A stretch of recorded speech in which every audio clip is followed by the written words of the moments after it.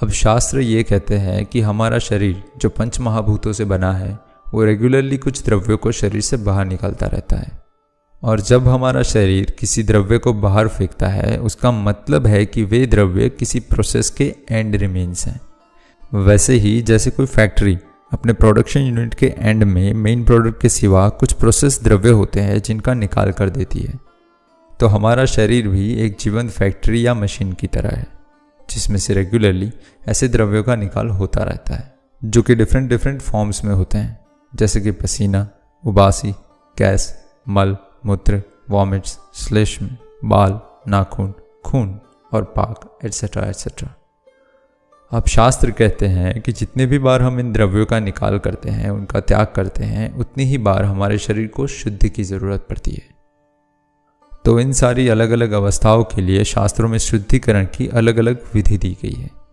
जैसे कि उबासी आने पर मुंह के आगे चुटकी बजाने का विधान है, मूत्र त्याग के बाद हाथ, पैर और मुंह धोने का विधान है, ज़्यादा पसीना आने पर और मल त्याग की क्रिया के बाद संपूर्ण स्नान का विधान है, और वही विधान बाल या नाखून काटने के बाद का भी है।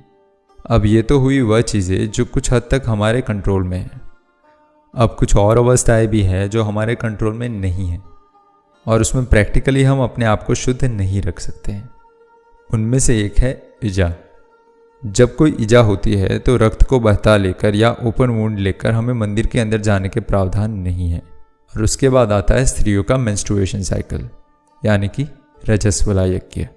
हाँ, सही सुना, रजस्वला यज्ञ। अगर शास्त्रोक्त नियमों के अनुसार इसको पाला जाता है तो उसको भी यज्ञ की उपमा दी गई है। तो इस स्थिति में स्त्री के शरीर से मेंस्ट्रुअल वेस्ट, वो रक्त और अन्य द्रव्यों के स्वरूप में अनकंट्रोलेबली स्त्राव होते रहते हैं, जिससे शरीर की शुद्धि को कायम रखना ऑलमोस्ट इम्पॉसिबल हो जाता है। ऊपर से उनके थॉट्स भी हार्मोनल मूड स्विंग्स की वजह से अस्थिर रहते हैं, जो कि कुछ स्पिरिचुअल प्रैक्टिसेस के लिए सही अवस्था नहीं होती है। इसीलिए इन दिनों के दौरान स्त्री को मंदिर जाने के प्रावधान भी नहीं है। परंतु इसका मतलब ये भी नहीं है कि वो अपनी सारी स्पिरिचुअल प्रैक्टिसेस बंद कर देंगे। वे अभी भी माला पे हरि नाम जप कर सकती है, भगवद गीता पढ़ सकती है और लेक्चर भी सुन सकती है। हमारे आचार्य श्रील प्रभुपाद ने तो यहाँ तक भी कहा है कि अगर स्त्री स्वस्थ अवस्था में है और अपने आप को स्वच्छ रख सकती है तो वो मंदिर भी आ सकती है। बस उन्हें भगवान के लिए भोग नहीं बनाना चाहिए और जो बना रहा है या फिर पुजारी है उसके कांटेक्ट में नहीं आना चाहिए। यहाँ तक कि वे तुलसी पूजा में भी आ सकती है और तुलसी परिक्रमा तक कर सकती है, परंतु तुलसी को जल नहीं चढ़ाना चाहिए।